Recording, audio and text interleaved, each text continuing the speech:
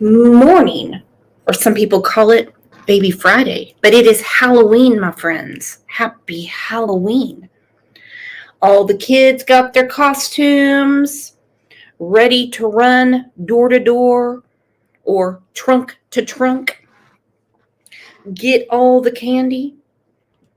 You know, it's a fun day. And I absolutely love Halloween. I love seeing the costumes all the kids have on and everything. OJ will not wear his. He's laid on the couch watching the news right now. Good morning, Colette. How are you? Poppy Red Mustang, I've missed you. I'll tell you what, we don't need a spooky day considering what we talk about on here. Because every time something trickles out in the Madeline Soto case, I lose it because it gets worse every time. Stephen and his parents have me floored, blown away.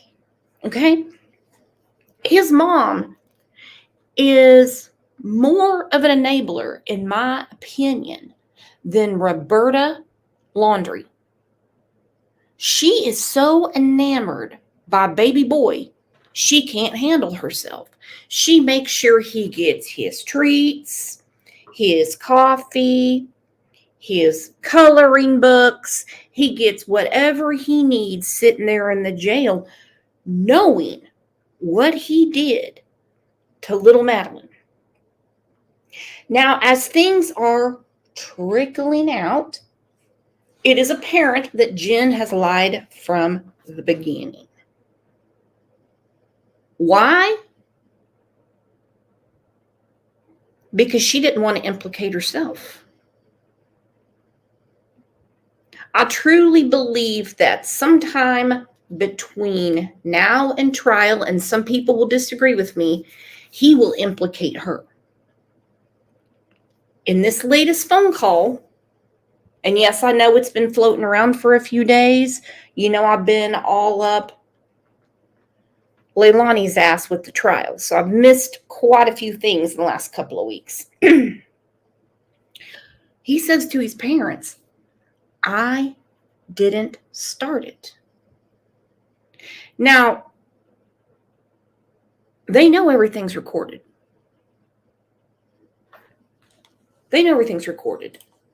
Sassy Southern said, in my opinion, his parents seem to believe he was a victim of Jen and she is the reason for all of this.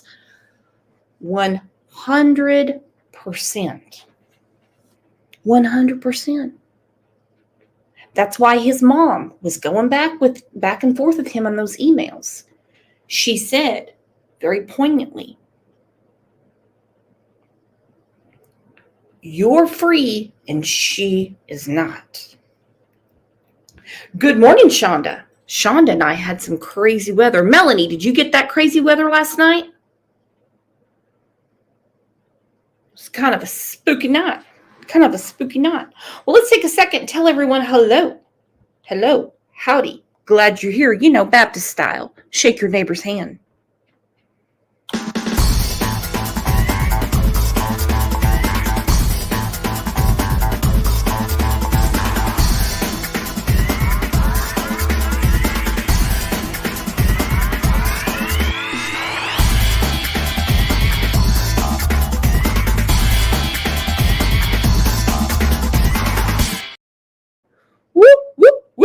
Aquaheart said, no way. Are you saying Stephen is innocent?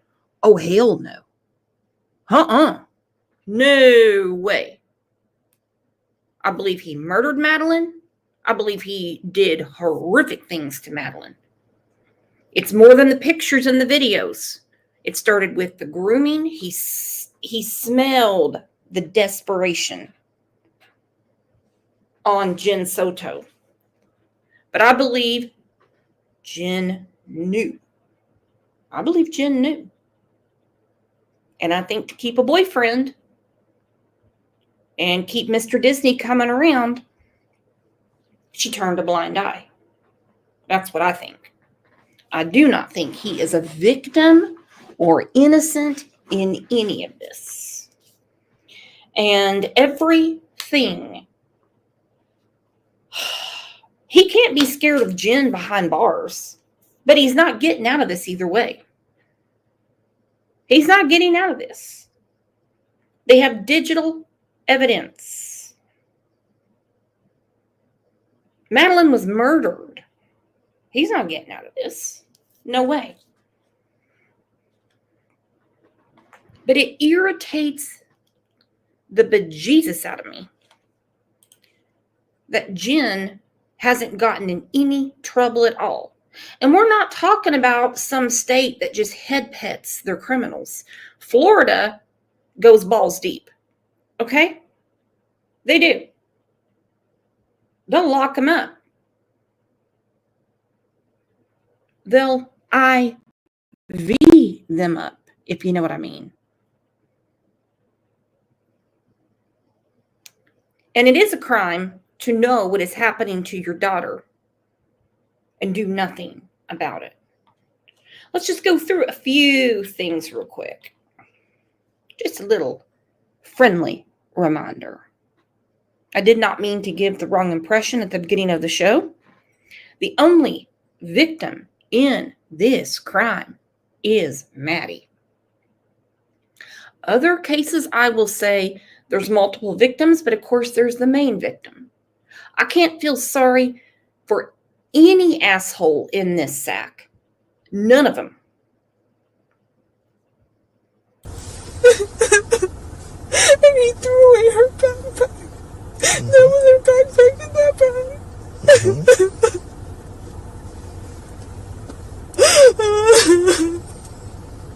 How long does somebody go to jail for this? Please tell me. It's so much. It's not even real tears. Even Leilani Simon can do better than that. Candace Wells can do better than that. I've always told him that my biggest fear is that this would turn into a Woody Allen situation where the stepdaughter or the dad grooms the child and the child turns 18 and ends up running away with him. I told him like that was my biggest fear and I don't ever want that happening. Like, you can't do that to me. Like, why would you say that to him? Because I never trusted. I grew up being told never trust a man. My mom put that in my body. Never trust a man.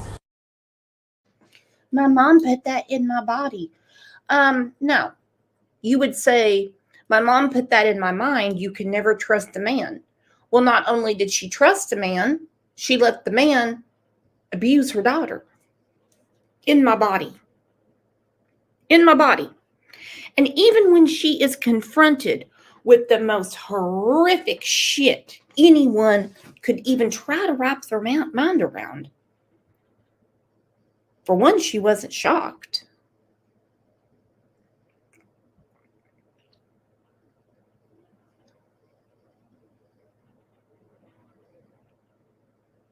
But it was like she was trying to swim upstream to save her own ass.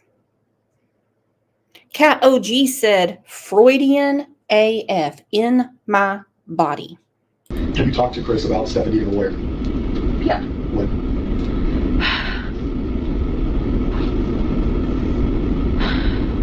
I think when you guys showed me the photos. So we showed you photos of Stephen raping. No. First off, you had us to ask his father if he should get a lawyer. No. I saw a picture. I didn't see the rape. I didn't know she was getting raped until yesterday. I saw the picture of the oral sex happening. And I knew that was true, right? That's evidence. That's for real. That's fucking happening. But I kept thinking, they're going... I don't know why I can't tell you why my brain kept thinking, no, he didn't kill her. Not that he didn't kill her, but she's still missing. She's still out there. She was taken. Yes, he's done this to her. And that's not okay. But I swore she was still... I felt in my body she was still alive. She was still out there. I told Chris to get a lawyer because I felt like you guys were chasing the wrong person. But you weren't. You're not. We showed you a picture. The picture you saw, she was giving a blowjob to a grown-ass man, and you told his dad to get him a lawyer. Missing, right? Now then you just thought she was missing. And we were showing you our investigative lead being raped. A blowjob is rape. Not consensual. Whether she wants to do it or not, that is not consensual. And you prioritized him again. You prioritized him by offering him or telling his dad to get him a lawyer. Not, what the fuck did he do? Not, hey, we need to figure out what happened. No, let's protect Stefan. I wasn't shocked. No, it's not shock. That is your natural instinct to protect Stefan. Yes, tell her. Okay? And if that's naturally how you react, that's fine. But that goes into what I've been telling you this whole conversation is I don't believe a lot of the things you're saying, and I don't believe a lot of the things you say you weren't aware of, and that is because you've now shown me twice that your first reaction, no matter what you were told or shown, missing or seizing a cell phone, or showing you pictures of her giving him a blowjob, your first reaction is to protect Stefan. So now, ordered by Stefan, you're aware of this, you were shown pictures of this, you were shown pictures of her body in his car with a seatbelt on, right? We have played it out for you. Now you're in a stage where he's in jail, you know she's passed away, and now you can feel emotion, right? Until that point, when you were shown that she was deceased, your continued first reaction is to protect this guy. You just said, I only saw a picture of him, whatever your verbiage was, I say blowjob, of his penis in her mouth, and your first reaction was, fuck. Oh my, victimized? No. She's being abused? No. It's Stefan needs a lawyer. First reaction was not being mortified. It was, OMG, he needs a lawyer. She looked at a picture of oral rape. But in her mind, she didn't know about the rape as in penetration till the day before. As if that makes it all better. But still thinks you have the wrong guy. Because I knew in my body. First reactions, just like first impressions, seal the deal. No way in hell or in the stars could Madeline consent to any of this. Go back to what Stefan said in this phone call that came out. I didn't start it. Now, no way did Madeline start it. In no way was he taken advantage of. No. Jen played a very big part in this. Go back inside. Me? I don't care if it's the love of my life sitting next to me. I don't care if it's maternal grandma. If the police come and take my mom's phone and my son's disappearance, I'm not going to offer my mom a lawyer. That's nuts to me. That to me shows you prioritizing Stefan. Because at that point, you became more worried about him being falsely accused than anyone. Does that make sense what I'm saying? Whether or not that's what you felt, does that make sense? People having lawyers is their constitutional right. That is a thing that everybody is afforded. But for somebody who's going through what you are going through, to offer him a lawyer leads me to believe that there may have been a conversation, there may have been knowledge, or there may have been some inclination that you had, whether it be his involvement, her location, or something to where in your mind there's guilt. I promise you. Because you offering him a lawyer is very weird. I know. That was still me under the assumption that I think at one point you guys interviewed me, and when you guys showed me the picture of her, I believed the sexual stuff, but I didn't want to believe that he had done anything evil to her. I'm like, I believed the sexual stuff, but I didn't want to believe that he had done anything evil to her. I'm like, no, what if he did this stuff fine, but what if she's still missing out there? What if somebody took her? I still wanted to believe I believed him. I believed his whole story. So I was just like, I kept repeating that part. I'm just like, what if she did get dropped off? What if she got abducted? What if she's missing? But that was me assuming that you guys had the wrong guy. I wanted to think he was a good guy still, but clearly he's not. After everything you guys have told me and have shown me, I know he's the worst person on this face of the earth. You know that now. We know he's a piece of shit now. You know. But you didn't know that then. I didn't. Then you offered a guy who the police suspected of kidnapping, abducting, assisting the disappearance. Offered him a lawyer. And then we don't have to roundtable that. You went back to what you just said is the sex stuff is fine.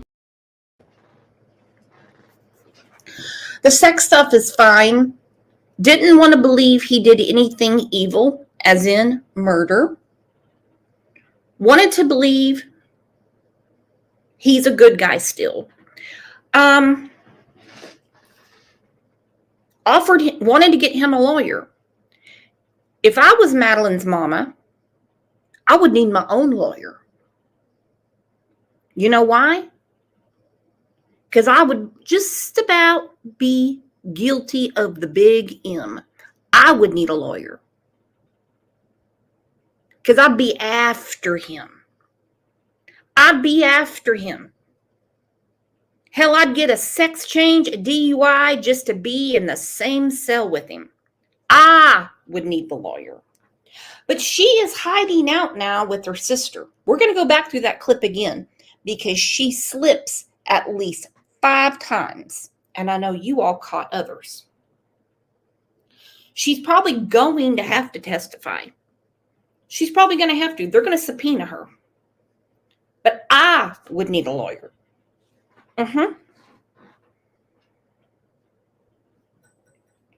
Remember that story of that old boy in Baton Rouge, Louisiana? And they were extraditing the guy that R'd his son. What's the cool word that people say now so it fits with YouTube? Aped his son. He's coming through the airport. This is way before 9/11. He let him meet the devil real quick. That jury, unanimous, said, we're not putting old boy in jail. He needed a lawyer. I would need a lawyer. I would need a lawyer. But she's hiding out at her sister's house and she's door dashing. I asked True Crime Beat on the daily to please order DoorDash and make sure it's in person, not just dropped off at your door, because I would like for her to talk to Jen Soto. Can we all do a what? True Crime Beat. True Crime Beat. DoorDash. True Crime Beat. Everybody, let's please encourage True Crime Beat to start using the DoorDash app. Breakfast, lunch, and dinner to get an interview with Jen Soto. Come on.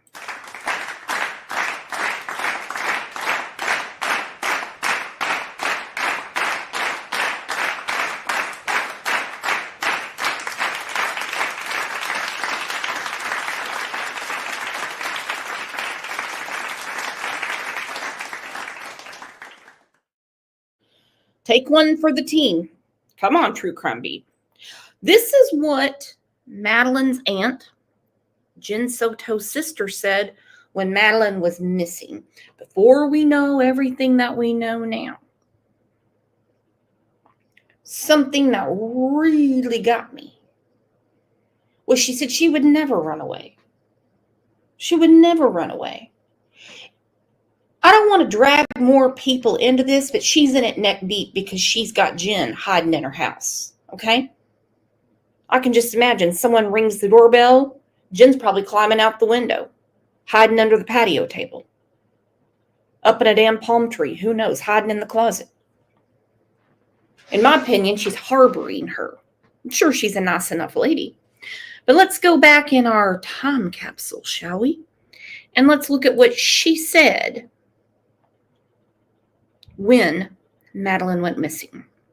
Dozens of volunteers are still out there looking for 13-year-old Madeline Soto. They've been out there all day in a wooded area near Hunters Creek in Orange County. Good evening. I'm John Brown. And I'm Lou Ann Sorrell. Deputies have officially called off their search for the day. Fox 35's Caroline Coles is joining us live tonight. So, Caroline, the girl's family is just terrified that she could be in danger. Yeah, just like any family would be. They're nervous, they're scared, they're worried. They just are hoping and praying that they find her safe and, most importantly, alive.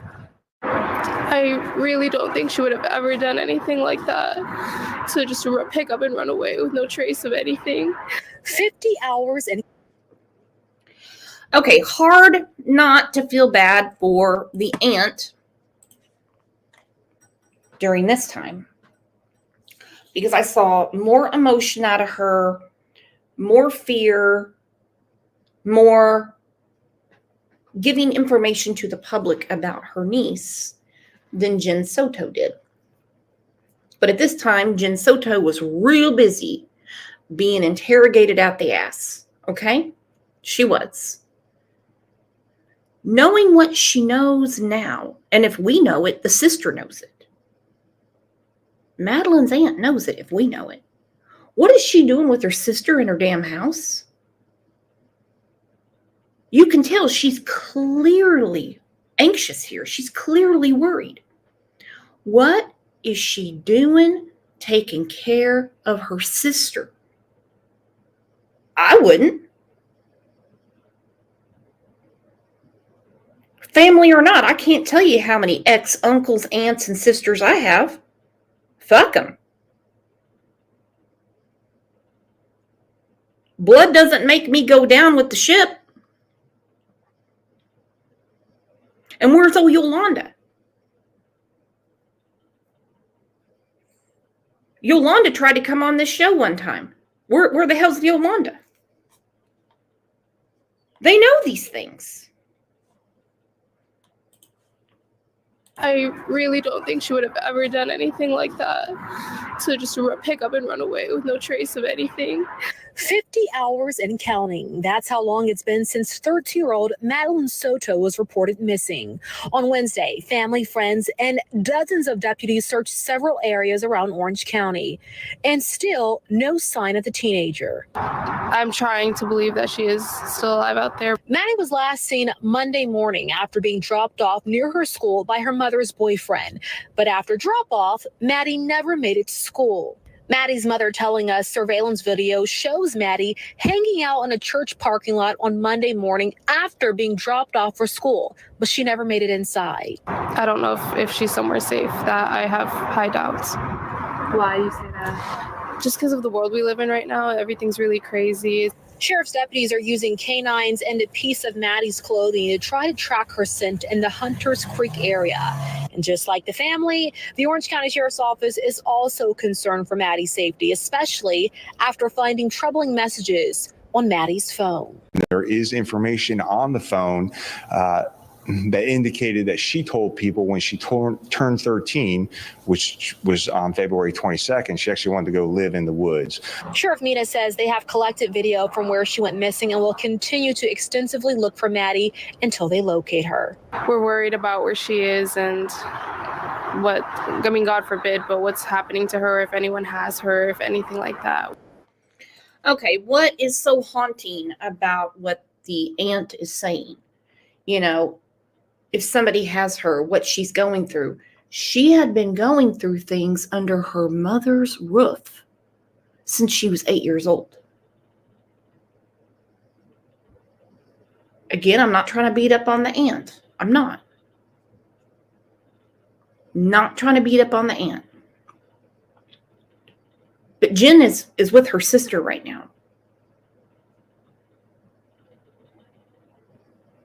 And we're going to do a totally separate show about the coins, the encrypted texts, the Telegram app he was using. Reason being is because it's a very deep subject and I believe there's more victims. I'm not an investigator, but I have my certainty. It's gotten to a point where we're hoping that she is with someone that she knows. Now, the family, of course, watched that press conference that we saw earlier from Sheriff Mina, and they text me saying, look, we hear what the sheriff is saying, but we want to let it be known and clear that Maddie would never, ever run away. So that's what they're putting out there. And again, they're hoping and praying that she returns home safely. Reporting live here in Orlando, I'm Caroline Cole. Absolutely insane. Now, as promised, this is an open panel. I am going to put the link in if I need to put it in again. You don't be shy. I don't bite. Only my black cat does. Because I want to go through this phone call. Y'all have time? Put a 1 in chat and say, hell yeah, I got time. Put a 2 and say, no, Brooks, this is boring. It's Halloween. You got time. This is from Court TV. What are the sleeping arrangements? Before I get to it, remember, we have a Facebook group. I don't do a lot of Facebook groups anymore. And to be quite honest, I don't run them. You're in good hands. So if somebody could please put the link to the Facebook group, because we spend a lot of time in there, a lot of conversation. I would love to have you all talking about, we understand the crime. We understand what happened to Madeline Soto. We want Jen Soto put away. Whisk, you took the words out of my mouth. This is way scarier than any Halloween story, because this is real. You got it. He sleeps in.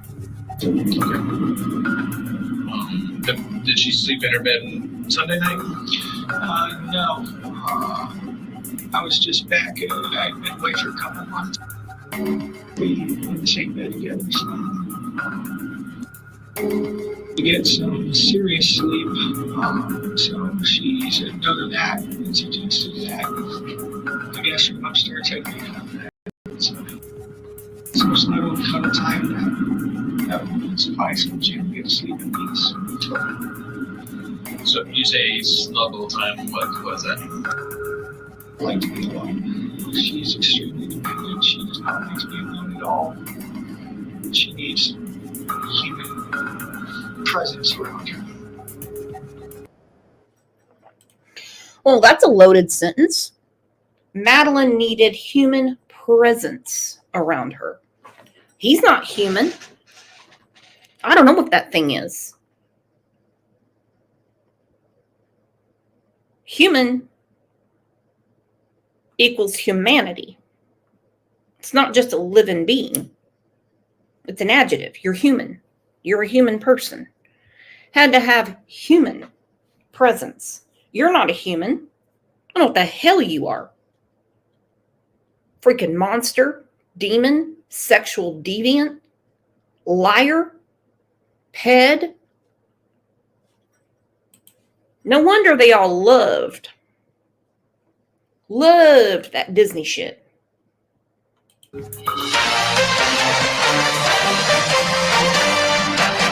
Well, that was murder defendant Stephen Stearns during his police interrogation, telling detectives about his cuddle time with his alleged victim, Madeline Soto.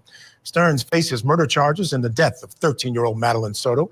The murder charges are accompanied by more than 60 child sex abuse charges regarding Madeline as well. A new jail call between Stearns and his parents was released.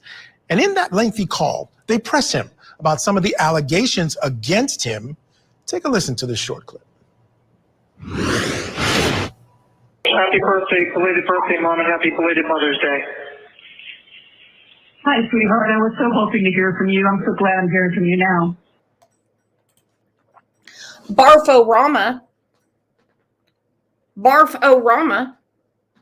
Hello, sweetheart. I was really hoping I would hear from you. What? I would be hoping that phone never rang again.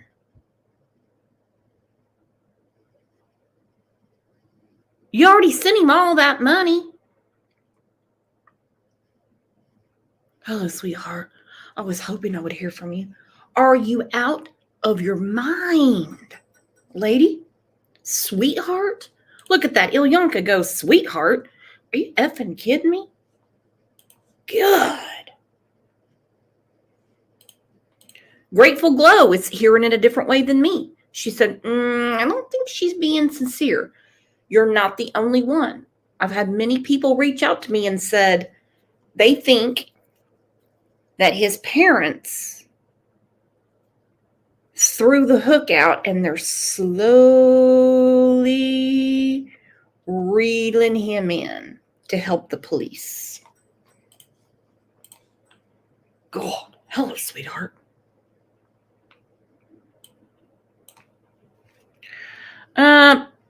Okay. Happy birthday, belated birthday, Mom, and happy belated Mother's Day. Hi, sweetheart. I was so hoping to hear from you. I'm so glad I'm hearing from you now. Yeah, I'm sorry I wasn't able to call you all weekend. They had us on lockdown, so no one was able to do anything. Were you expecting these charges? No. The murder charge. Oh, well, sure. We know you. Okay, so you got blindsided by that. Yeah. Obviously, it's not true. I never would have wanted her gone for any reason. So, premeditated first degree is kind of a dick punch. Yeah. No, I was wondering if you had any updates or anything. Premeditated first degree. Premeditated first degree kind of ruined his day. Listen to him. You got to be kidding me. Well, premeditated first degree was kind of a punch, you think? You did it, dude. Well, for now, we have to say allegedly until the gavel goes down. But I think we can all figure it out. Nope, we haven't heard a thing. Just, speculation that she's been hiding, put in an institution and hiding in an institution. At her lawyer's request. Yeah. I mean, are you helping? Are you? True Crime Addict said, did he say dick punch? Yeah, he did. That was kind of a dick punch. Uh-huh. Gotta be kidding me. Premeditated first degree was kind of a dick punch. Jeez. These people. Cooperating with police about her participation in any of this stuff? There's been no opportunity for me to cooperate with anything. As I understand, the police keep saying that I'm uncooperative, but they haven't asked me anything to cooperate with, so whatever that means. So your attorney isn't approaching them and saying, my client would like to speak with you? No, my attorneys are pretty much saying to keep my mouth shut until the trial starts. Yet, here you are, dick punch. My attorneys told me to keep my mouth shut until the trial starts. He's not going to take the stand. No, dick punch is talking to his parents. Well, okay. Okay. I don't know why they were going to wait till the trial, but that's their business, not mine. They don't want anything to hurt my chances. This is a lot for me to absorb. Okay, so Dick Punch just said they don't want me to hurt my chances. Your chances? 35,000 images on your daddy's computer. Not even counting how many Dick Punch had on his phone. Haven't even looked. We don't even know the condition of Maddie's body and how he drove around with her deceased. The way he went back in within 6 minutes to get that dog leash to keep her sitting up so she appeared to be alive. Yeah, understand. Obviously, this confirms that they're artificially inflating everything up as high as they can possibly do it. Yeah, they are. Yeah. So I don't know.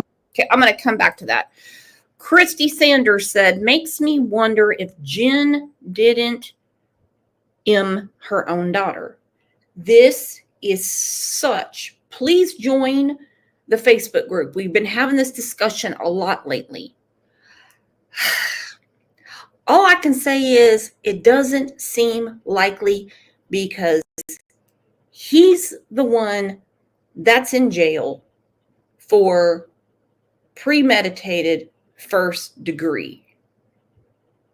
But I think she knew a lot about what was going on that day. I think she knew a lot. That's a very important question.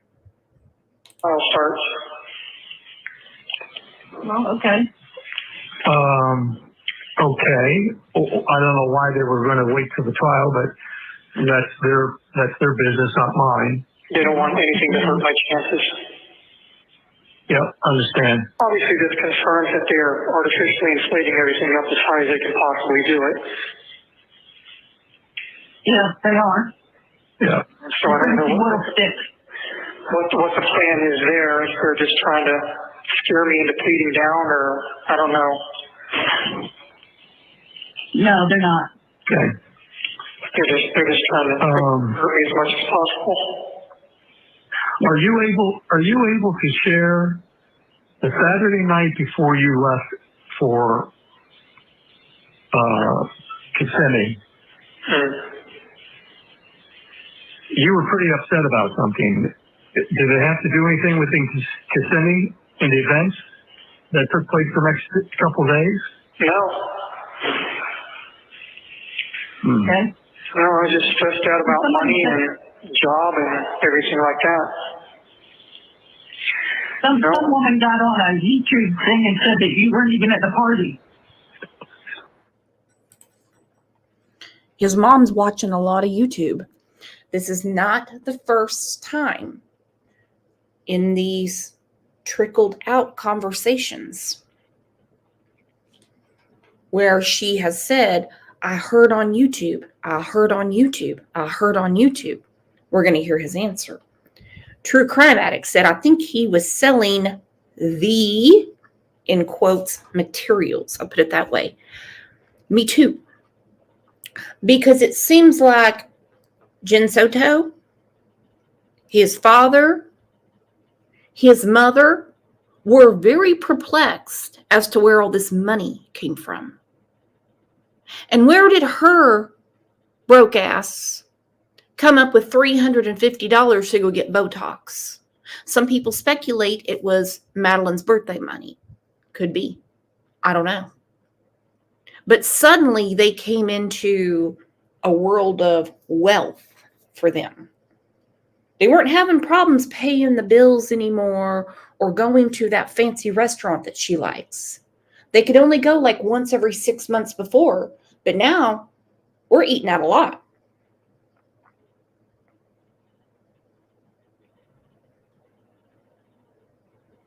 We have the Telegram app. We have the coin discussion we're going to have in another show.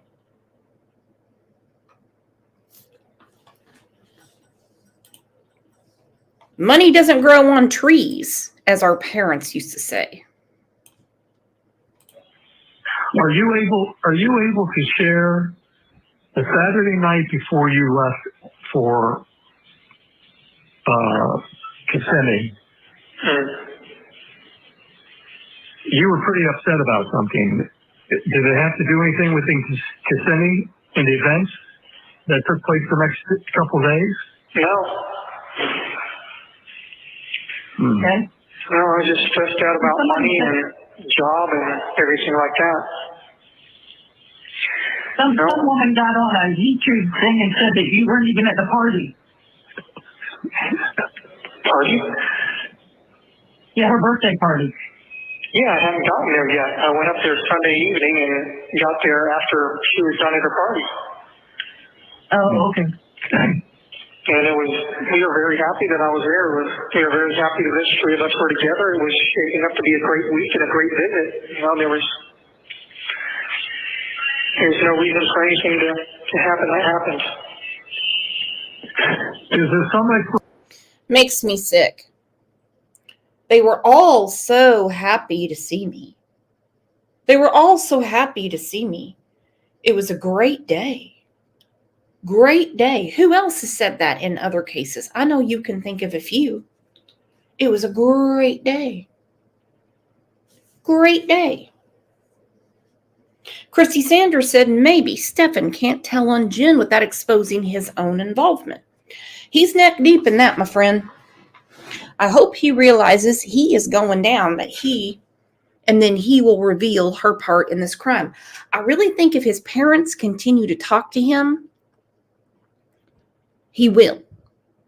He's not getting out of this. He's charged with the big M. They're probably going to give him death. Talk about a dick punch. But they have got to do something with Jen Soto. explanation of I came up Wednesday morning, met you at the hotel early in the morning, and is there some explanation why you left and went where you went? I was driving around. Okay, understood you were driving around, but they know where you were driving around. Yeah. And we know. Okay. I had wanted to grab a few things and get my ducks in a row, kind of prepare myself for whatever was coming, but I couldn't find what I was looking for. All right, so he had gone to his dad's storage unit. He wasn't supposed to be able to get in, according to the father, but he did. He was looking for something. That's what he said. They took cadaver dogs by there. There was some reaction, but nothing that sort of hit as maybe a body over there. So that was that. Let's bring in our guest still with us, criminal defense attorney Robin Nunn, national trial attorney Michael Jaffer as well. Robin, I'll start with you. It's clear, I mean, the parents know what they know. They know where he was driving. They know what the police kind of know at this point. And I guess it's kind of sad because you kind of see dad feeling around to see what his son will tell him. Because in their heart of hearts, I feel like they know what happened here. Yeah, it was a very sad conversation to listen to, quite frankly. You can obviously see two parents that are hurting, that are trying to get information from their son that they clearly believe is hiding something. And it seems pretty obvious from the phone call that he indeed is. The language that's being used isn't really natural. It's a bit cryptic at times, which makes me believe that, all the individuals on that call know a little bit more than they're willing to share or want to share. Everybody knows that those phone calls are recorded generally. So I think that they're being a tad bit careful. But at the end of the day, you can tell that the father does want to understand and hear from his son as far as what actually happened that day. Yeah, Michael Jaffer, it's got to be heartbreaking. The father actually turned over a hard drive that had been in his home to the police. And on that, there was like 35,000 pictures of child pornography. Now, I don't know how much the father would know if he looked at it or if he just turned it over. I would tend to say parents kind of know their children on some level. But your reaction to what you were hearing on that phone call? I was just gonna say what you said, which is the father seems to me like a pseudo investigator in this case. I don't like his behavior, to be quite frank with you. I was gonna say that he turned over the hard drive. He volunteered it. Nobody asked him for it. He volunteered it, and now he's on this phone call. You see the mom. She's not acting like an investigator. She's not trying to trip her son up into words. Look, there's two universes. There's a universe where Stephen Stearns did this, and a universe where he didn't do it. Well, the universe I live in, I totally see what the internet expert is saying. The universe I live in, I've got my ideas, I've got my theories, I've got my speculations, I've got it all, okay? We have our own thoughts. But the universe I live in revolves around evidence.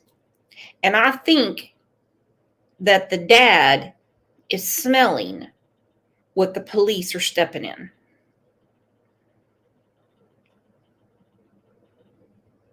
I think for years and years and years, Stephen has been a thorn in his side. Not that he wants Maddie to be gone, but he had a lot of doubts about his son. Where did he get this money? I'm not giving him money. He hadn't been going to work. Did I ever really know him? He lies all the time. He said that he lies all the time. But then you have the mom sitting there. And I think she had her own inclinations because she said when they would come to stay with them, she made sure Maddie slept with her. Now, I am not saying Stefan's mom did anything to Maddie. I think she had suspicions and didn't want anything to happen under their roof. Do you know who instead should have had those suspicions and made sure nothing happened to her daughter? Jen Soto. Obviously don't know specifically which universe we live in, but we live in one of the two. Whichever one of the two we live in. If we live in the universe where he didn't do it, hypothetically speaking, then the father's behavior is awful.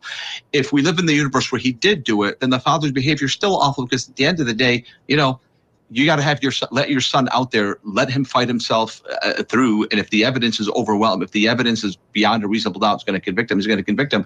But for him to be on that call and he was like kind of like waiting to pounce on his son, he didn't even say hi or like he just jumped in. Hey, what were you doing? Why were you upset? Like, what if some of these things have a legitimate answer? What if they do? What if they don't? Either way, I don't like the way it wouldn't be shocking to me if the father testifies against his own son on behalf of the state at this point, right? So with all these phone calls, this guy actually read my mind, and normally I don't like the internet experts that show up.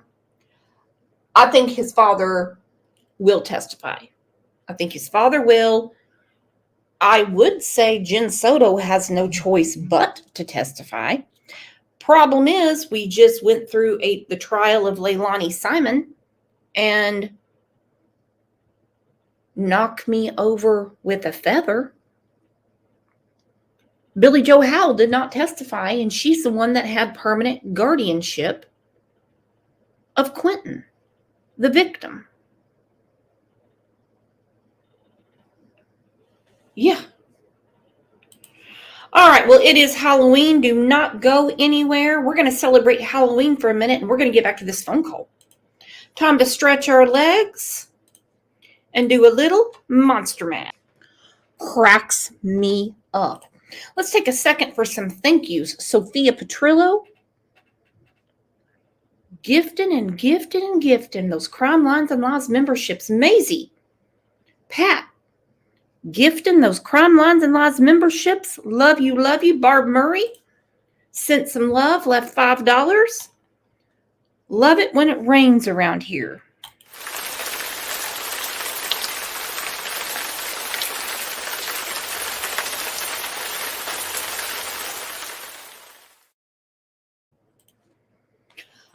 Oh, all right. We needed that little break because this is a lot to go through. A lot. Every time I hear a phone call has dropped, to this point, it doesn't even really surprise me. It doesn't. Can we all say to Cat OG, pictures or it didn't happen? That's what I'm talking about. Love it. What I'm waiting on is more things to be, I can't really say leaked, put out from Jen Soto. Because Stefan will never see the light of day, my friends. He will never see the light of day. Just one picture of him and Maddie together in the state of Florida is enough to keep his ass behind bars forever. Sinclair Reed said, is it Stefan asking for money on his books? Oh, his mama keeps him loaded up. Let me try to find the transcript while I'm going through this of all the money he has been sent while he's in jail. Okay? We know the economy is shit and the inflation is worse than we've ever seen. But his mama's got some scratch to get him his beefaroni, his root beer barrels, and the coffee he likes. Sickening. Sickening. And what did Maddie get?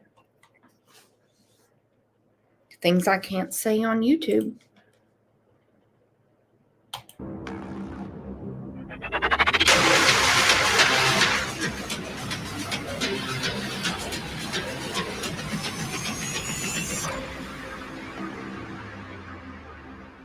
I'm Vinny Politan. The subject of my investigation is the murder of Madeline Soto, a young girl from Florida murdered after her 13th birthday party. Can I interrupt for a second to say that I absolutely love this shirt? I do. I don't even know what color you would call this. I know some people just say purple, but I don't know what shade it is. It's obviously not lavender. It's not eggplant, but I've got to get that shirt for my husband. All right, I went off subject again. Let's do it. This tragedy is heartbreaking on one hand and absolutely horrific on the other. Here's the story. Madeline Soto had just turned 13. She had a party on Sunday, February 25th. The party wasn't at her house, but at the home of a relative. Her mom, Jen Soto, couldn't go to the party because she was working, so Madeline's aunt dropped her off after the party. That night, Man, y'all are some freaking purple experts in here. Look at that. Whist, puce, sternicus, lilac, retro, bluish purple, thistle, periwinkle, dusty purple, plum. Woo! Woo! I like the color. Purple fucking experts in here. Glad to be here. Shit. I know who to call when I have a color question. Jen's on-again, off-again boyfriend, Stephen Stearns, was at the house to watch Madeline. Jen got home at around 10. At around 11, Jen went to sleep and told Stephen to go to sleep with Madeline in the guest bedroom upstairs. That was the last time Jen says she saw Madeline alive. Stephen says he dropped Madeline off at school in the morning, but Madeline never made it to school. She was murdered and discarded about 20 miles from her home. Prosecutors have charged Stephen with that murder, but they've also charged him with something else: years of sexual abuse. They say they found incriminating images of Stearns abusing Madeline on his Google Drive, abuse that goes back more than 4 years. After his arrest, Stephen spoke to his parents on a jailhouse call, revealing more into his state of mind after being charged with this horrific conduct. It is so incredibly tragic, the life of Madeline Soto, to be sexually abused for all those years, and now her abuser charged with her murder. Stephen Stearns is his name. Now, he's first arrested for what was found on his phone, which were all these images of the abuse over the course of years. Then he was charged with murder. Well, there was a phone call between Stephen Stearns and his parents. His father spends most of the time on the call, but I want to take a listen to a piece of that call because there are parts of it that have raised a lot of questions. I wish there was a way that, you know, you and I can have a conversation, all of us could have a conversation to understand what's taken place, how this came about, how you arrived here, because it would help us better understand the situation, because we're at a loss for understanding how all this came about. I mean, we're just totally baffled. Well, I didn't start it. Oh, you didn't start it, but you participated in it, which is just as bad as not starting it.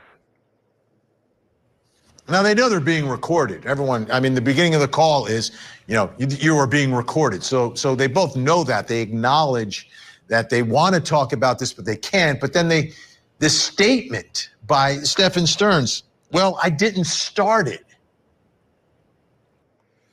All right, I'm going to post the link again to my purple experts. If somebody wants to grab the link and come up and talk about this, because to me, this is more of a disturbing statement than Madeline wanting the pregnancy coins. Like I said, that's going to be a separate show because it's a lot to handle. They have not released if she was pregnant or not. We know that Jen Soto had a pack of 3 pregnancy tests and 1 was missing. I have a feeling that police are smart enough to know who pissed on the stick. She was really, really tracking her menstrual cycle. For Madeline to want the pregnancy coins made me totally just fall out. This is the worst case of victim blaming I think I've ever seen.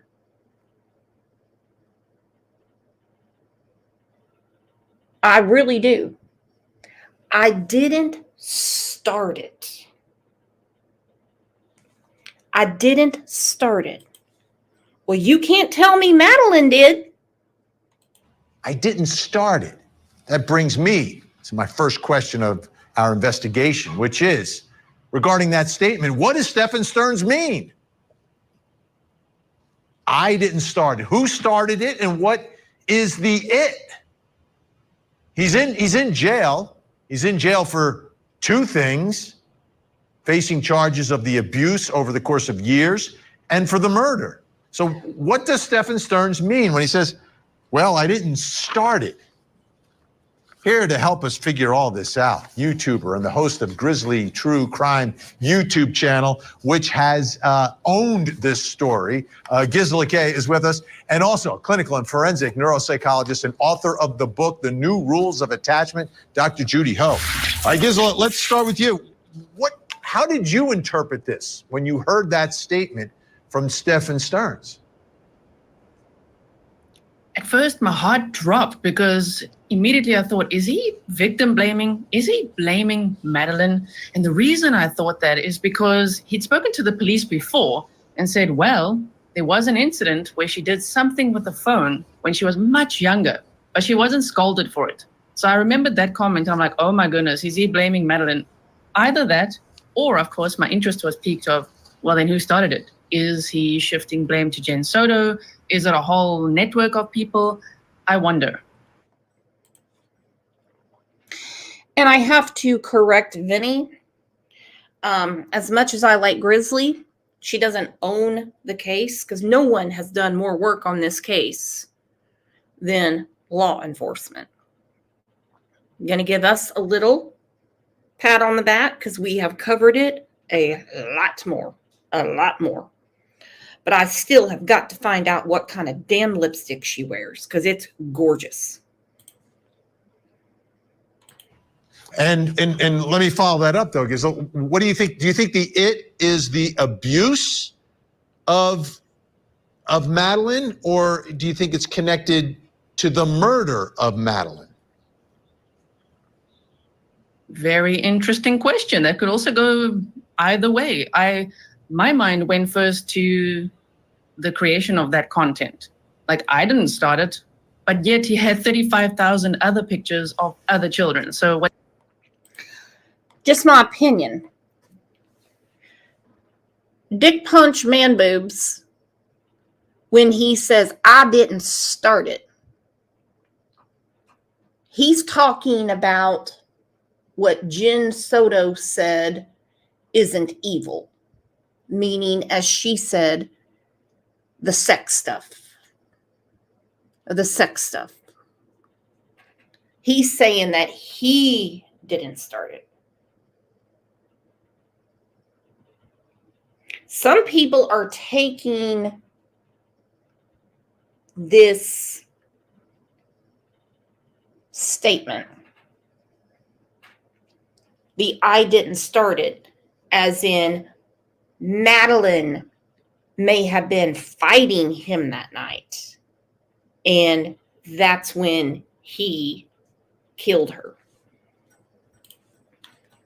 Whatever he is trying to deflect blame from, it seems to me like he may have started it. He's just doing the typical predator thing of, well, it's not my fault. They made me do it, or it was too tempting, or it's her fault, or whatever it is. Dr. Judy Ho, this is, they know they're being recorded. He knows he's being recorded. So he's not necessarily going to confess, but it is sort of a confession to being involved in whatever the it is. What did you take from that statement? Exactly. Inherent in that statement is that there was some direct involvement. And just as Giselle said, we don't know. It is quite cryptic, but most oftentimes criminals, predators, they view themselves as oftentimes doing something that isn't so wrong. They've justified it to some degree. They've explained it away so they can still be a good person. Most people even mass murderers don't necessarily think of themselves as evil, right? You can say that that's poor insight, but I would also say that that is a form of human protection of your own mind. You don't want to believe that you're a horrible person. So you make up an excuse that what you did is somehow not as bad as everybody else thinks. So I wonder if something like that is going on. And of course, if that is going on, could be somewhat subconscious, but it could also be intentional, like deflecting the blame so that he gets a lighter sentence. We'll see how the evidence bears out because, I mean, he's running out of excuses. Yeah, and the other part that we've been talking about, throughout, once we learned this fact of the sleeping arrangements as well, was something that sort of struck my mind. The sleeping arrangements, was Jen the one that started this whole thing? And he's pointing the finger that, well, Jen is the one who set up the arrangements that I would sleep with her daughter. I don't know. I want to take a listen here to this interview with Jen Soto, who obviously is in the middle, like in this picture, literally in the middle of all of this. Literally in the middle of all of this, not just in pictures. Kimberly Deaney, thank you. This is something that cannot be forgotten. No sexy time for Jen for months, yet she has pregnancy tests. The pregnancy tests were for Madeline. She was heavily tracking her cycle. Hence another reason why she should be in a cell as well, in my opinion. Here's what, and listen to what the investigator asks her as well. Both are interesting. The videos, the text messages, the images, they're all documented forever. This has been an ongoing thing. And at her age, I think she probably thought they were in a relationship. She probably thought they were in love because he her male attention, right? She just started liking boys, right? She just got a crush. And Gisela, this is what you were talking about, right? The fact that maybe he's pointing the finger at Madeline for starting this relationship, but it's not. I'm clear. I know it's not a relationship.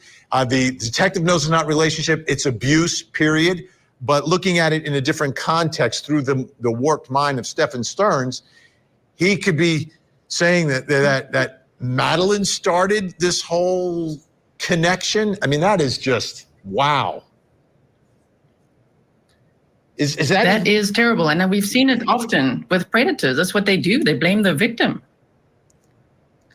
I'm looking at this guy and I'm trying to, well, let's do this. I want to put this up. This is Madeline, who had a conversation with her guidance counselor, Dr. Judy Ho. I want you to take a look at this. Madeline reported that her mom's boyfriend was living in the home and she didn't like him because he was weird. When she pressed Madeline about why she felt he was weird, she claimed it was because he ate all their food, hangs out in their living room, and makes her feel uncomfortable. Madeline reported in December. Okay, and here we go. I don't want to jump on the old CPS train. Why didn't they do something? Why didn't they do something? She told the guidance counselor this. He makes her feel weird. Hangs out in the living room. Can't do anything about that. Eats all the food. Does anyone think that this conversation with the guidance counselor is the reason Stephen moved out? Because then there wouldn't be a problem. But he makes her feel uncomfortable. Talk about a red flag. Y'all light it up with some red flags. He makes her feel uncomfortable. Of course he does. Imagine being this guidance counselor right now, remembering this conversation.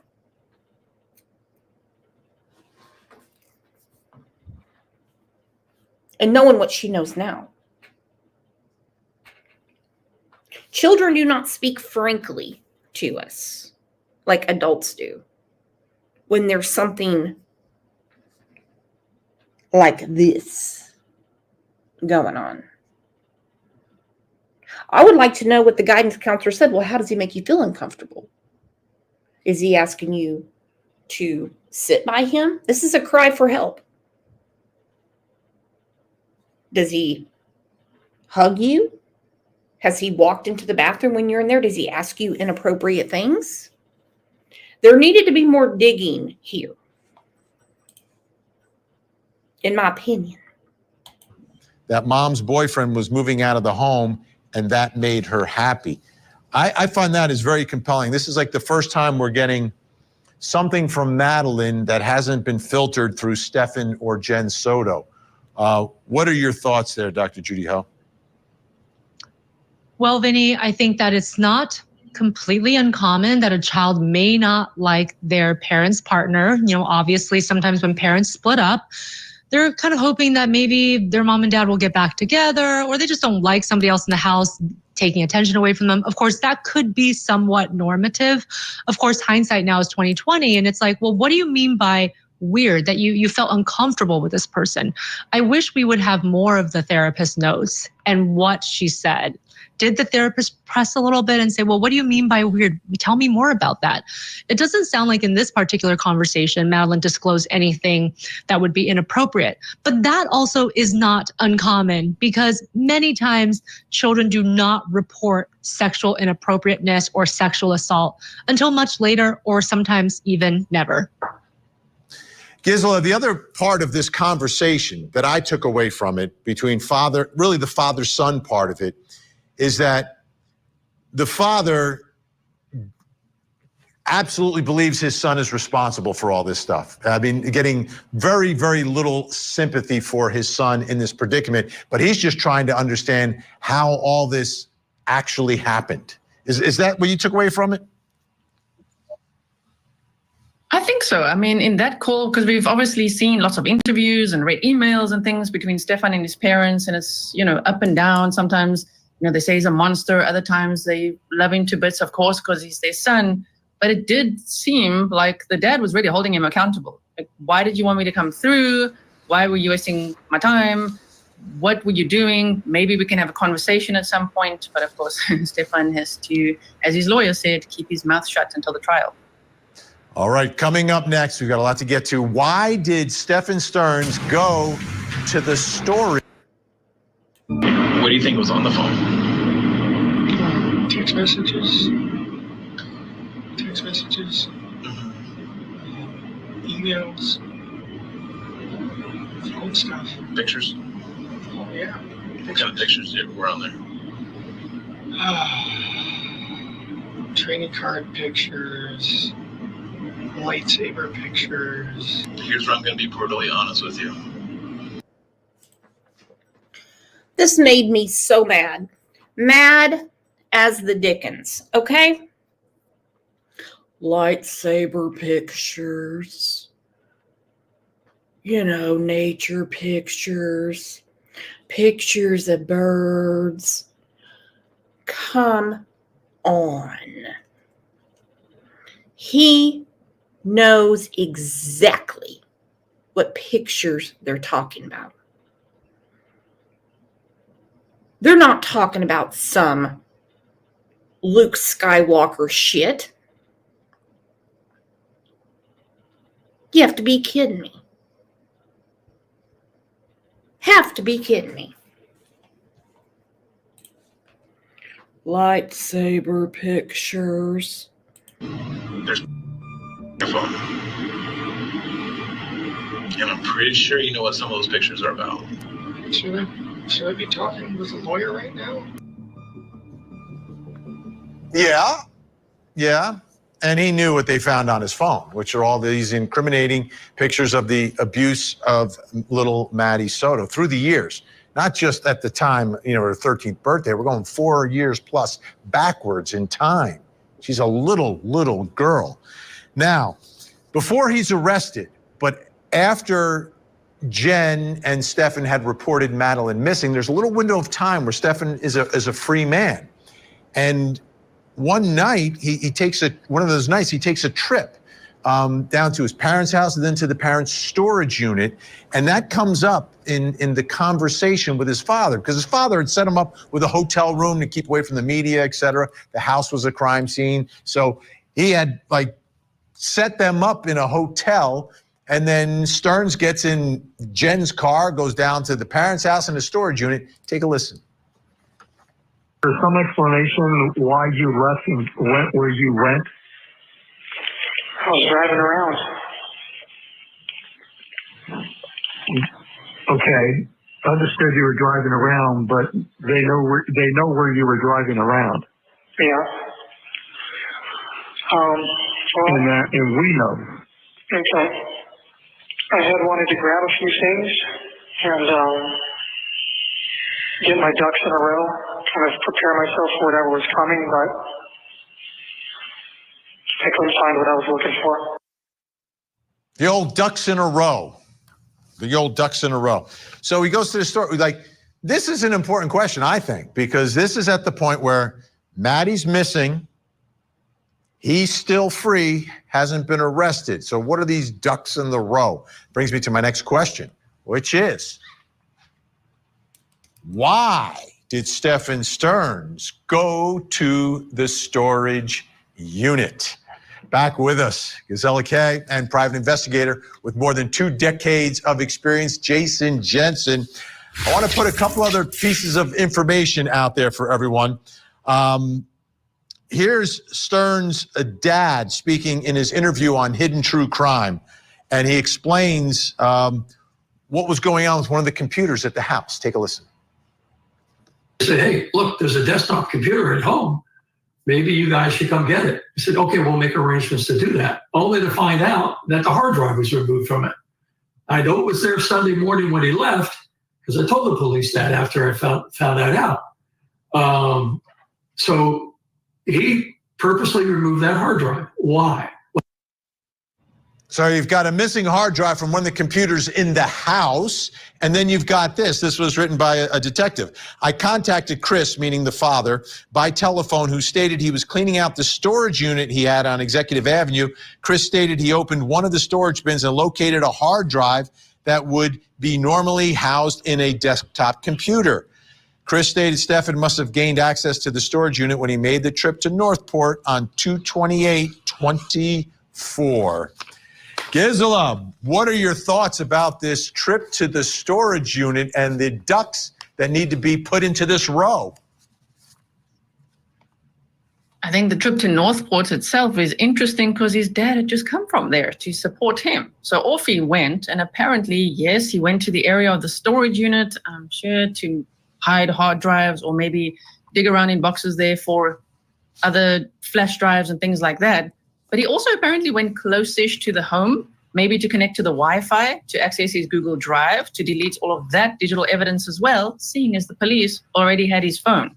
So I think he started panicking about, those ducks in a row is really deleting everything that he possibly had. Yeah, Jason Jensen, this makes him look so guilty and sort of in a panic mode at this point.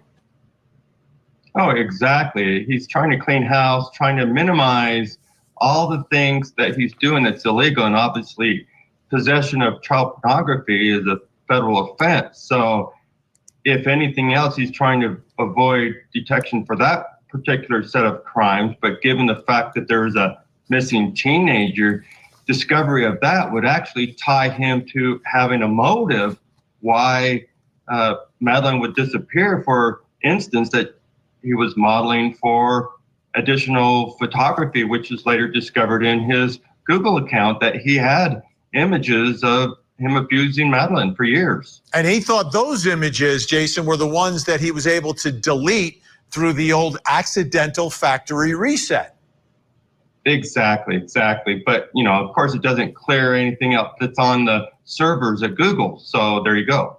Yeah. So, Gisela, as we look at the way Stearns was acting and reacting, at first we saw him do those TV interviews where people were a little creeped out by the way he was acting. We've seen the body camera footage as well. What's your overall take on the demeanor and actions of Stearns between the time that Madeline goes missing and when he is arrested? I mean, it's just another dumb criminal. That's all I get from it is he's trying to cover his tracks and be cool and act believable. But He is a dumb criminal. But he's beyond dumb. He's horrific. This man is a deviant. He cannot be in society. And at what point, excuse me, do these people realize that their goose is cooked and it's time to spill all the goods? Tell them everything. Go ahead. You already said I didn't start it. Well, tell them who did. Don't be telling your daddy. Don't be telling your mama so you get more coffee and root beer barrels. Won't you go ahead and spill it? That Jen instigated this. She egged you on. Whatever you're trying to say, just tell it. Your parents already know you got a screw loose, okay? They've been around you your whole life. They already know that part. But exactly just how messed up are you?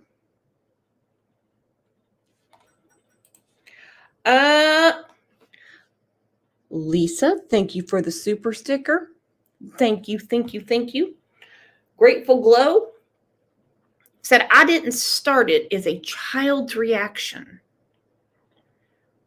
Wow. That just gave me a totally different outlook on what he said. Do you think maybe it was Maddie telling her mother, I didn't start it?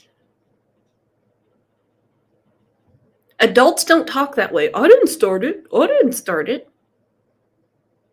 You know, I think you're 100% right. That is not a way an adult talks, even one as, well, even one like Stefan. But the I didn't start it, I think that's Maddie saying that. Wow, that just gave me a totally different perspective. Thank you for that insight.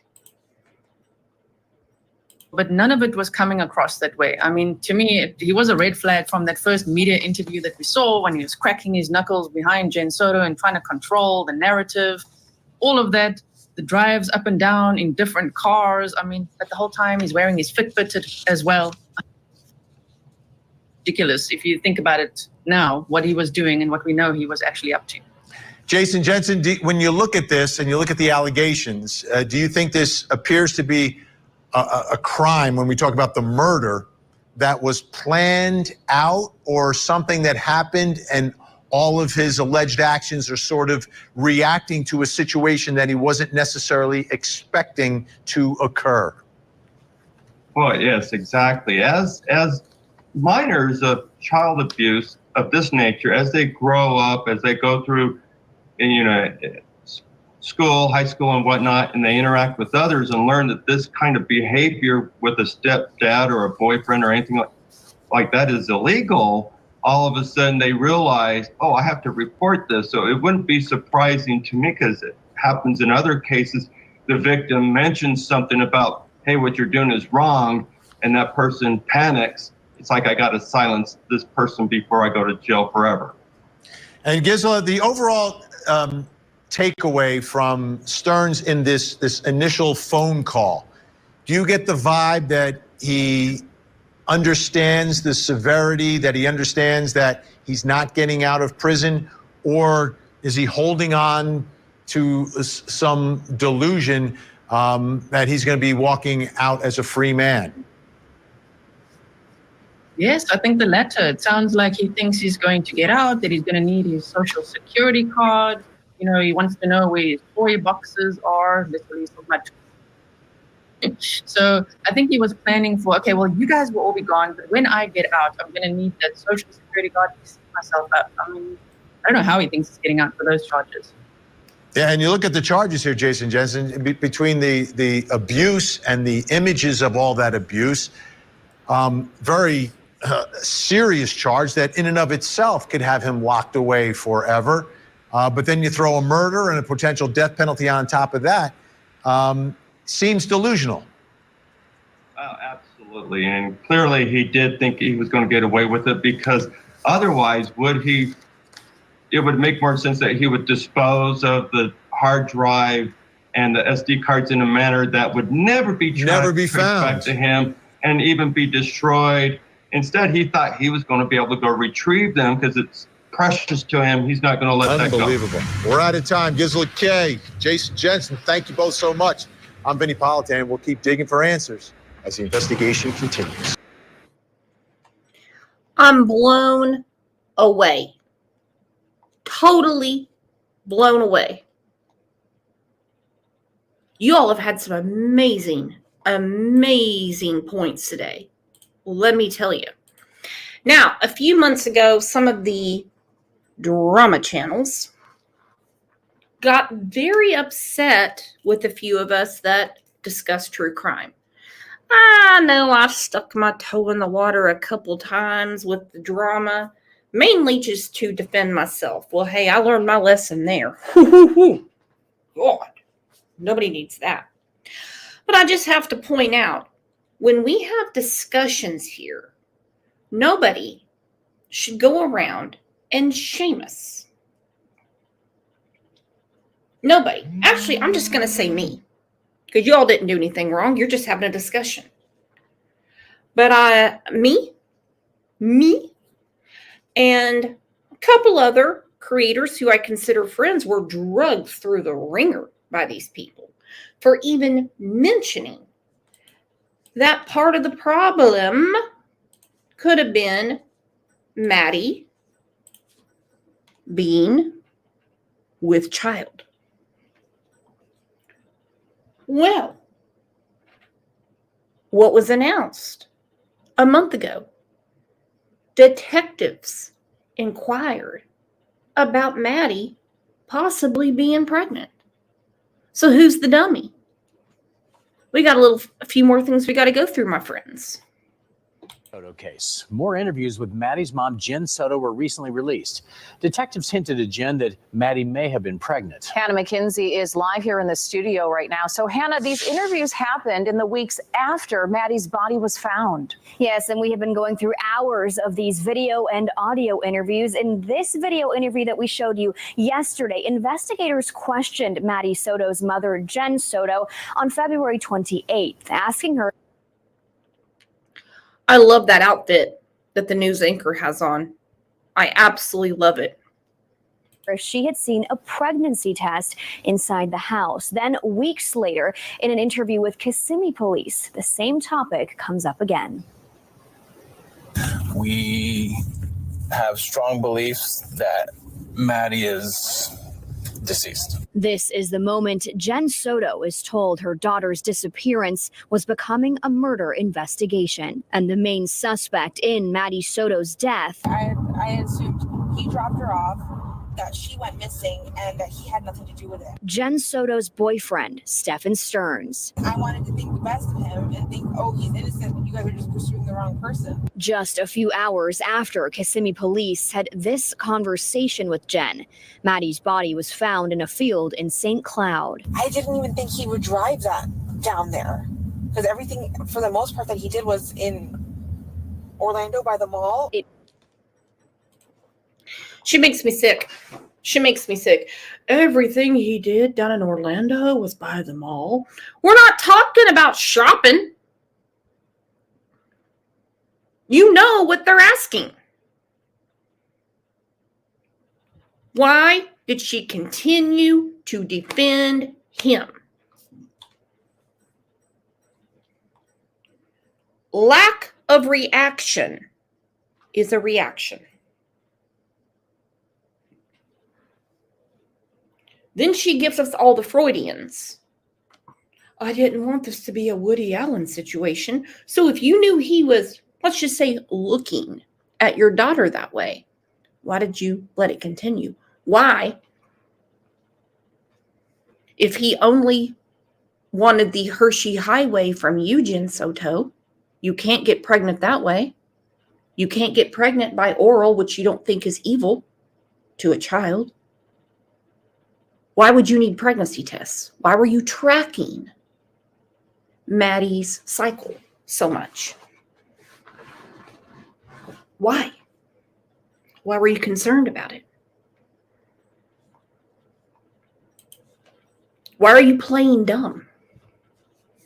Nobody's asking you about his shopping trips. No one. Cloud. I didn't even think he would drive that down there because everything, for the most part, that he did was in Orlando by the mall. It wasn't until weeks later, though, that the state attorney's office announced Stearns was being indicted for Maddie's murder. That was April 24th. But 6 days before that. So anything you say today can't and won't be used against you unless you just don't tell us the truth. Jen was at the state attorney's office being questioned about Maddie's death. I knew that they were going to go to McDonald's, but not 7 o'clock in the morning. And a possible motive. Multiple times, detectives asked her about Maddie's menstrual cycle. I would write what days she would get her period in. In February, no, I didn't notice her using any of her feminine hygiene products. Hinting at the possibility Maddie may have been pregnant. That has not been confirmed. We did reach out to the state attorney's office and asked if Maddie's blood or urine had been tested for the presence of pregnancy hormones. We haven't received a response just yet. Of course, we will keep you updated. In the studio, Hannah McKenzie, Fox 35 News. They're not going to answer that. They're not going to answer that. No is the easiest word to say. No. It could be, no, we didn't test it because no, she's not pregnant. It doesn't make their jobs any easier by keeping speculation in the media going, or on YouTube, or on Instagram, or on the TikTok, or on any of those.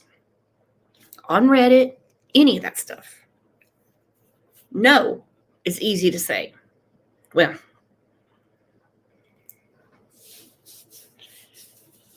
but they're not going to answer that because just the fear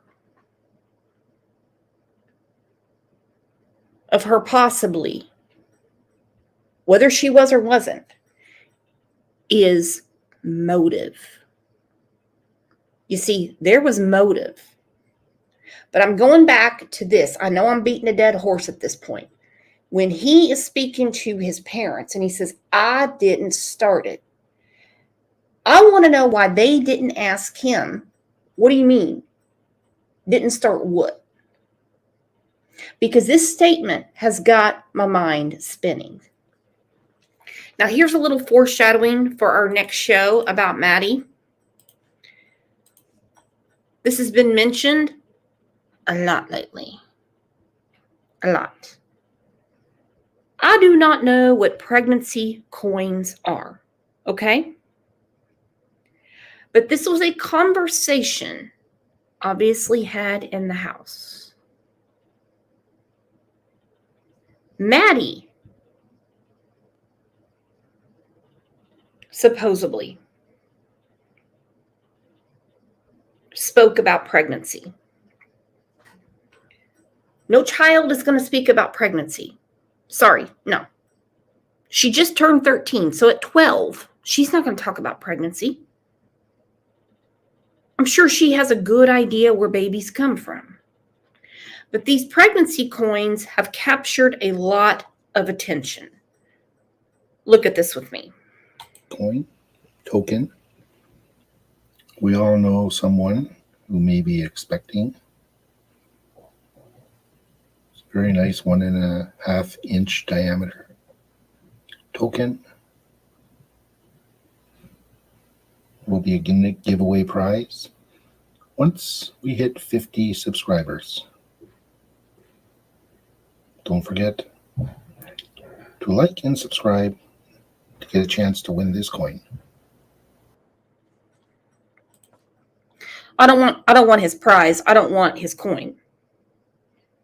Something about these coins, they were really, really concerned with. But we're going to get into that on the next show we do for Maddie. I believe it will be Tuesday because there's a lot more to talk about. Cha-Cha said if she was pregnant, that baby would have been the next victim. I agree. I agree. They don't have to prove motive in court. No, they don't. They don't have to prove motive. Of course, you always wonder why these things happen. Was Stefan jealous of the boy she had a crush with? Pregnancy? Maddie, who by all means is the victim here, saying, I don't want to do this anymore. I don't want to snuggle with you. I don't want to cuddle with you. I don't want any more cuddle time with you.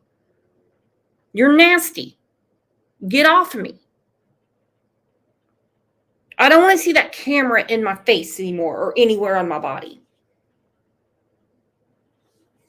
I still go back to I didn't start it.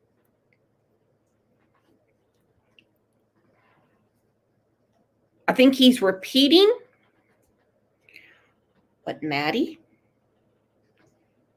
said to her mother, because her mother says we haven't argued in 2 weeks. Now remember, she went to the guidance counselor and said he makes me feel uncomfortable.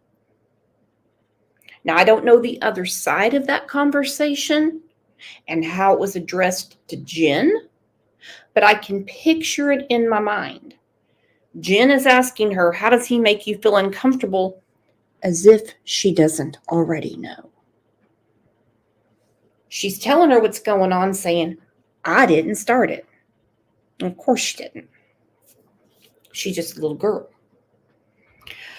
Whew, you guys have really got my brain going today. You have really got my brain going today. Well, let me tell you what, you all, this has been a great show. We have another one tomorrow. I think we need to jump in here today and do a members live and have some Halloween trivia, but that's totally up to you. I know a lot of you like doing that. And we haven't had a members live in a few weeks. We've been covering the trial. Jeez. And exactly, Kat. If the last 2 trials have been anything to go by, there's way more to come out. Every single time we go through a trial, we all about pass out. Because after all the years of discussion, it's like, wow, well, that answers that. Well, that answers that. They always know more. Well, you guys are the best. I want to say happy, happy, happy Halloween to you. Be careful tonight. Watch for those stupid cars. You know how they are. They don't pay any attention. There's kids running all over the place. They have on masks. They don't have on reflective clothing. You know, all the good stuff. So I've got my candy ready. Just be careful. I can't tell you how many kids get hit by cars on Halloween night. I got to get my music ready. I've got to get my lights going outside. I got to make sure OJ's in another room because he'll be chasing the kids. You all be very, very safe tonight. I know there's a lot of stuff going on today. And I want to give a special shout out to the mods because I get compliments all the time on my friends. I mean, you're all my friends. But, you know, moderators can make or break a channel. And I would just say that we have the best mod squad around. Not to mention the best chat and best community on these filthy YouTube streets. All right, if I don't see you back here later this afternoon, I know I'm working on a video right now, then I will see you back here tomorrow morning, 9 a.m. Central. Be here. Don't forget, we're live every day at 9 a.m. You guys are the best. Love ya.